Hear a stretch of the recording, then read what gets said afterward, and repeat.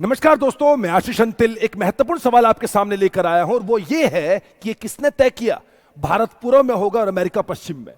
जबकि इस नक्शे को ध्यान से देखो, भारत आपको पश्चिम में दिखाई देगा और अमेरिका आपको पूर्व में दिखाई देगा, ईस्टर्न।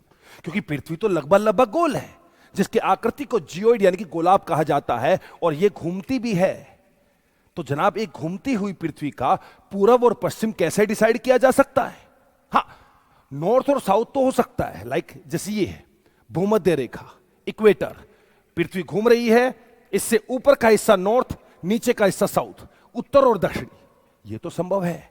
लेकिन ग्लोब लो इस प्रकार से, और इस घूमती हुई पृथ्वी के बीचों बीच एक लाइन ड्रॉ करके दिखाओ, एक लाइन खींच के दिखाओ। या फिर कोई कहता है कि वो खींच सकता है, उससे कहो ये रहा ग्लोब, और बस की हो तो एक लाइन ड्रॉ कर दे, क्योंकि पृथ्वी के बीचों बीच लाइन ऐसे नहीं खींची जा सकती। तो ऐसा क्यों है कि भारत को पूर्वी देश और अमेरिका को पश्चिमी देश बोला जाता है? इसके लिए बाकायदा एक मीटिंग बुलाई गई थी, क्योंकि वो मीटिंग बुलाई थी अमेरिका के राष्ट्रपति ने, जिनका नाम था चेस्टर ए आर्थर। अमेरिका के राष्ट्रपति ने 1 अक्टूबर 1884 को एक मीटिंग अमेरिका में बुलाई थी। मीटिंग का नाम था द इंटरनेशनल मेरिडियन कॉन्फ्रेंस, और इसका उद्देश्य था कि पृथ्वी का ये वाला बीच तो समझ में आता है, नॉर्थ और साउथ तो आता है, ईस्ट और वेस्ट डिसाइड करना है। पृथ्वी का बीचों बीच किसको माना जाए? जबकि वो तो नक्शा बनाने वाले के ऊपर है। भारत को इधर ना रखते हुए वो इधर रख सकता है, उधर रख सकता है, वो कहीं पर भी भारत को रख सकता है इस मामले में, या अमेरिका या ब्रिटेन या यूरोप के देशों को रखा जा सकता है। क्योंकि ये लाइन तो क्लियर है, इक्वेटर बोलते हैं इसको, भूमध्य रेखा। इससे ऊपर का हिस्सा उत्तरी गोलार्ध, नॉर्दर्न हेमिस्फीयर, और नीचे का हिस्सा दक्षिणी गोलार्ध यानी कि सदर्न हेमिस्फीयर। तो 1 अक्टूबर 1884 को जो मीटिंग हुई थी, उसमें यह तय किया गया था कि ऐसा करते हैं, ब्रिटेन के वहां से जो एक लाइन ड्रॉ करते हैं लॉन्गिट्यूड, उसी को हम प्राइम मेरिडियन कहेंगे, उसी को हम 0 डिग्री लॉन्गिट्यूड यानी कि 0 डिग्री देशांत रेखा कहेंगे। अब क्योंकि वो ब्रिटेन की एक लैब है ग्रीनविच के ऊपर से गुजरती थी, इसलिए उसको बोला जाता था ग्रीनविच मीन टाइम, या फिर आपने नाम सुना होगा GMT। इस लाइन को ड्रॉ किया गया और कहा यह गया उस 1 अक्टूबर 1884 की मीटिंग में कि इस लाइन से जो लंदन से होकर गुजरती है, ब्रिटेन की राजधानी लंदन से होकर गुजरती है, इस लाइन से उधर की दुनिया, पूर्वी दुनिया यानी कि ईस्टर्न कहलाएगी, और उधर की दुनिया वेस्टर्न यानी कि पश्चिमी कहलाएगी। इस मीटिंग के बाद द इंटरनेशनल मेरिडियन जो कॉन्फ्रेंस थी, जो अमेरिका के राष्ट्रपति चेस्टर ए आर्थर ने बुलवाई थी, यहां 21 से भी ज्यादा देश मिले थे, और उन्होंने मिलकर तय किया गया था कि पृथ्वी का बीचों बीच किसको माना जाए। अब आपके दिमाग में कई सवाल आएंगे। एक तो सर, जब ये लाइन 1884 में डिसाइड हुई, तो उससे पहले ईस्ट इंडिया कंपनी कैसे आ गई? नहीं, ईस्ट और वेस्ट, पूर्व और पश्चिम किसी भी लोकेशन से डिसाइड हो सकता है।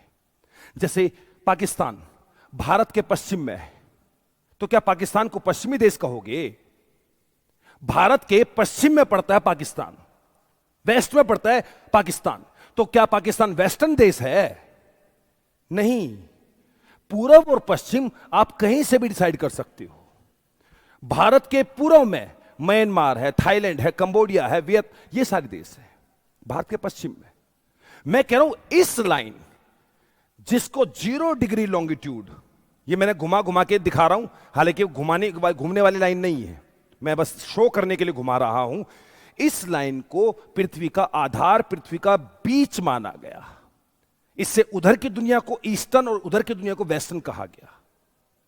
अब दूसरा क्वेश्चन, मतलब पहला ईस्ट इंडिया कंपनी, क्योंकि भारत इन यूरोपियन कंट्री के ईस्ट में है, इसलिए ईस्ट इंडिया कंपनी थी।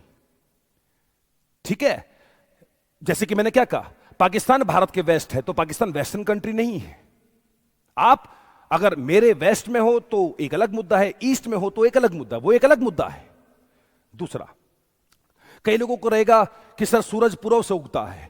अरे भाई, सूरज पूर्व से उगता है, मुझे यह बताओ, जब पृथ्वी लगभग लगभग गोल है, जिसकी आकृति को गोलाब यानी कि जियोइड कहते हैं, बता, एक बल्ब लेकर खड़े हो जाओ, एक टॉर्च लेकर खड़े हो जाओ, बताओ कहां से सूरज उगता है और कहां से सूरज अस्त होता है?